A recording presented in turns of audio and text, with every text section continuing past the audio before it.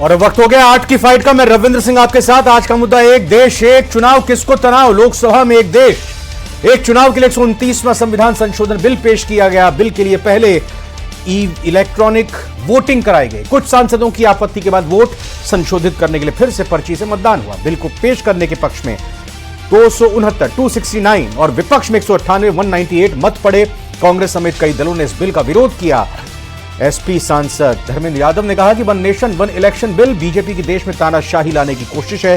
सूत्रों के मुताबिक बीजेपी एक देश एक इलेक्शन बिल लोकसभा में पेश करते वक्त पार्टी के अनुपस्थित 20 सांसदों को नोटिस भी भेजेगी। पार्टी ने इन्हें सदन में मौजूद रहने के लिए 3 लाइन का व्हिप जारी किया है। कुल मिलाकर लोकसभा की 543 सीटों में एनडीए के पास अभी 292 सीटें हैं। 2/3 बहुमत के लिए 362 का आंकड़ा जरूरी है।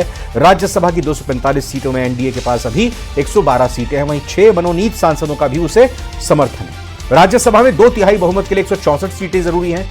सूत्र के अनुसार केंद्र सरकार अब विधेयक के ऊपर आम सहमति बनाना चाहती है। सरकार ने इस विस्तृत चर्चा के लिए जेपीसी के पास भेजने का भी प्रस्ताव रखा है। चर्चा विस्तार से करते हैं। सभी मेहमानों का स्वागत करते हुए बहुत बहुत स्वागत। लक्ष्मीकांत भारद्वाज जी बीजेपी से हैं, हमारे साथ राजेंद्र आर्य जी कांग्रेस से। राजेंद्र जी स्वागत आपका। आशुतोष रावत जी वरिष्ठ पत्रकार, आशुतोष जी स्वागत आपका। हमारे साथ आलोक वत्स जी राजनीतिक विश्लेषक भी जुड़ चुके हैं, आपका भी बहुत बहुत स्वागत। आलोक वत्स जी, पहला सवाल राजेंद्र आर्य जी आपसे, इस बिल को लेकर क्या आपत्ति है? क्या सरकार की मंशा, उसकी नीयत सही नहीं लग रही, या आपको ऐसा लग रहा है कि इससे देश को फायदा नहीं होगा, या ऐसा लग रहा है कि विपक्ष को इससे नुकसान पहुंचेगा? देखिए रविंद्र जी, इस पूरे कॉन्टेक्स्ट को अगर आप समझेंगे तो आप इस पे पहुंचेंगे कि ये वास्तव में इस गठबंधन सरकार के पास, एनडीए के गठबंधन की सरकार है, उसके पास में जो संविधान संशोधन के लायक 2/3 मेजोरिटी नहीं थी, उसके बावजूद ये बिल लाई। तो ये बिल लाने की मंशा सिर्फ और सिर्फ जो अडानी के मुद्दे पे जो कांग्रेस पार्टी और जो लगातार हम प्रहार कर रहे थे, विपक्षी प्रहार हो रहे थे, तो उस मुद्दे से ध्यान भटकाने के लिए, देश का ध्यान भटकाने के लिए लाया गया। और असल में ये इसका कॉन्टेक्स्ट आप ये समझिए, ये संविधान संशोधन के माध्यम से ये चाहते थे कि भाई ये वन नेशन वन इलेक्शन तो एक बहाना है, असल में इनको संविधान बदलना है। एक्चुअल में क्या, संविधान संशोधन और संविधान बदलने में बहुत फर्क है। इस देश के अंदर संविधान संशोधन अब तक 106 हो चुके हैं। और प्रधानमंत्री ने उस दिन भी झूठ बोला कि कांग्रेस पार्टी ने पहला संविधान संशोधन क्यों किया। आपको पता होगा कि पहला संविधान संशोधन इसलिए किया था कि जो जमींदारी जागीरदारी प्रथा थी, जिसको सुप्रीम कोर्ट ने अमान्य करार दिया था, उसके लिए कांग्रेस पार्टी ने संविधान संशोधन किया था। कांग्रेस पार्टी ने एससी एसटी के आरक्षण को सुप्रीम कोर्ट ने अमान्य करार दिया था, इसके लिए कांग्रेस पार्टी ने संविधान संशोधन किया था। मैं आपसे सर इस पर अमित शाह जी ने जो आरोप लगाए उस पर जवाब नहीं लेना चाह रहा हूं। मैं ये चाह रहा हूं आप मेरे को ये बताएं कि वन नेशन वन इलेक्शन से देश का फायदा नहीं होगा क्या?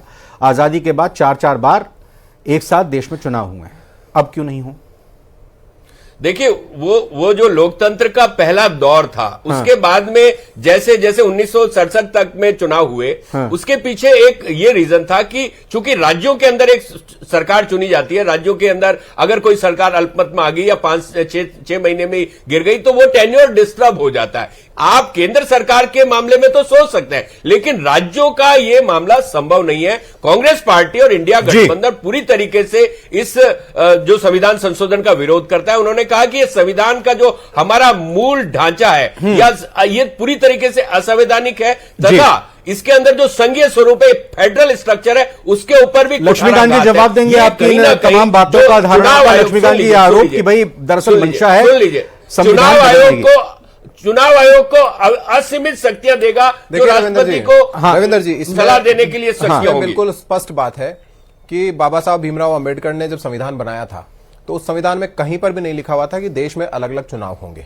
इसलिए संविधान की बात तो कांग्रेस पार्टी ना ही करे। दूसरी बात, इन्होंने कहा कि भारतीय जनता पार्टी संविधान को खत्म करना चाहती है। तो देखिए, संविधान को टाटा बाय बाय खत्म, ये तो 1975 में इंदिरा गांधी जी ने किया था। संविधान को कुचलकर देश में आपातकाल लगा दिया था। 93 बार कांग्रेस पार्टी की सरकार, केंद्र सरकार ने देश की चुनी हुई राज्य सरकारों को बर्खास्त कर दिया। ये जो जिक्र कर रहे हैं, 1952 से लेकर 1967 तक एक देश एक चुनाव था, राज्यों के भी चुनाव साथ में होते थे, केंद्र के चुनाव भी साथ में होते थे। और जब 67 से ये साइकिल बिगड़ी तो इसका कारण अल्पमत में आई हुई सरकारें नहीं थी, इसका कारण यह था कि 67 के बाद गैर कांग्रेसी सरकारें चुनकर राज्यों में आने लगी और वो कांग्रेस की तानाशाही प्रवृत्ति को पसंद नहीं आई, इसलिए कांग्रेस ने उनको बर्खास्त कर दिया और मिड टर्म इलेक्शन हुए। इसके कारण ये साइकिल बिगड़ी। ये संविधान में कहीं नहीं लिखा हुआ है। दूसरी बात, देश के हित में क्या है? देश के हित में क्या यह है कि एक अनुमान कहता है कि 1952 में जो लोकसभा का चुनाव हुआ था, उस चुनाव में जो चुनाव कराने का कुल खर्च था वो 11 करोड़ रुपए के आसपास था। और जब 2019 का लोकसभा का चुनाव हुआ तो उसका खर्च बढ़कर हो गया 60,000 करोड़ रुपया अकेले लोकसभा के चुनाव का। और 1952 में जो टोटल खर्च था पूरे देश के चुनाव का केवल 11 करोड़ रुपए था। तो अगर अलग अलग चुनाव, विपक्ष को ऐसा लग रहा है एक देश एक चुनाव अगर होगा तो विपक्ष खत्म कर देंगे, असीमित जो है ताकत चुनाव आयोग को दे दी जाएगी। देखिए, देश का चुनाव आयोग हो या देश की कोई चुनी हुई सरकार हो, वो चुनाव में वोट किसको देना है तय नहीं करती।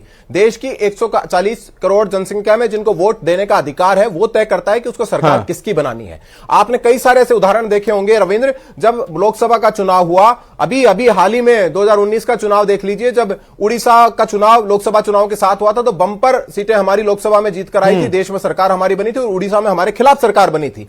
तेलंगाना का भी ऐसा उदाहरण है, कई बार देखने को मिला है। तो देश की जनता तय करती है कि उसको क्या करना है। लेकिन देखिए, बार बार चुनाव होते हैं, बार बार आचार संहिता लगती है, बार बार जो प्रशासनिक काम है वो डिस्टर्ब होते हैं, लेकिन कांग्रेस इस देश में व्यवस्था चाहती है। कांग्रेस इस देश का आलोक बख्शी आप समझना चाहेंगे सर, क्या वाकई वन नेशन वन इलेक्शन के पीछे नियत और मंशा देश हित है या ये पॉलिटिकल माइलेज लेने की कोशिश, राजनीतिक नफा नुकसान के हिसाब से जांचा परखा जा रहा है दलों के लिए?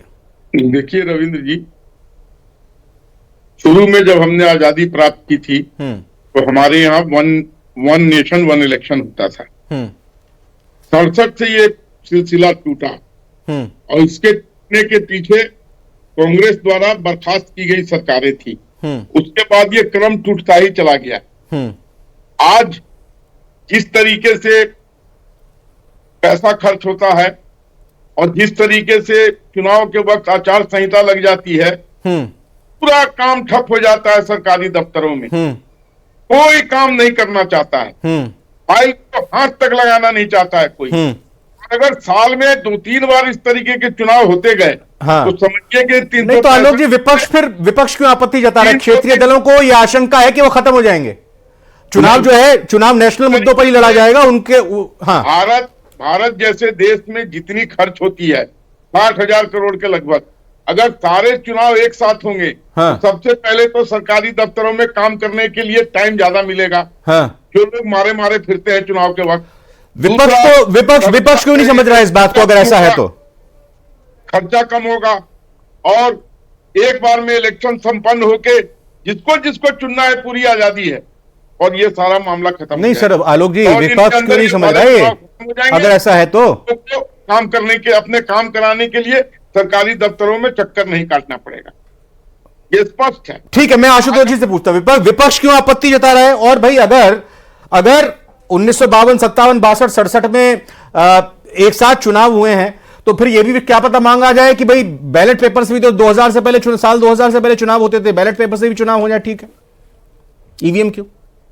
बिल्कुल। देखिए रविंद्र जी, हमारे यहाँ के राजनीतिक दल जो भी फैसला लेते हैं या जो भी प्लानिंग करते हैं वो निश्चित तौर पर अपने राजनीतिक नफा नुकसान को ध्यान में रख करके, फायदा को ध्यान में रख करके वो अपनी पॉलिसी बनाते हैं। तो यहाँ पर इसमें भारतीय जनता पार्टी को फायदा है या कांग्रेस को क्या नुकसान दिख रहा है वो समझने की खास तौर पर जरूरत है कि भारतीय जनता पार्टी राष्ट्रीय मुद्दों पर ज्यादा मजबूत दिखती है बशर्ते विपक्ष के उसके पास ज्यादा ऐसे राष्ट्रीय मुद्दे हैं जिनके आधार पर वह देश भर में एक साथ चुनाव लड़ सकती है। मुझे लगता है कि इसलिए शायद Bharatiya Janata party one nation one election की ओर जाना चाहती है। वहीं इंडिया या कांग्रेस के साथ में सबसे बड़ी जो समस्या है कि राष्ट्रीय मुद्दों पर शायद वो उतना प्रभावी ढंग से अब उन मुद्दों को नहीं उठा पा रही है। उसके साथ में जो छोटे राज्य, जो रीजनल पार्टी हैं, उनका एक बड़ा गठजोड़ है। तो ऐसे में कांग्रेस को यह संकट दिख रहा है कि राष्ट्रीय मुद्दों पर एक तो नरेंद्र मोदी का चेहरा, मैं आज माफी चाह रहा हूं कि मुद्दा लगातार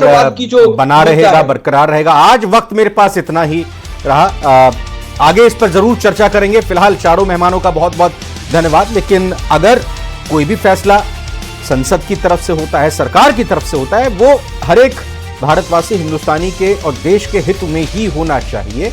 और उम्मीद करते हैं कि सार्थक तरीके से, अभी तो ये बिल पेश ही हुआ है, इस पर चर्चा होगी, जेपीसी में जाएगा, तो वहां पर जो भी इसके माननीय सदस्य होंगे इसके सभी पहलुओं पर विचार करेंगे। फिलहाल इंतजार करना होगा क्या कुछ चीजें निकलकर सामने आती हैं। अभी 8 की 5 इतना।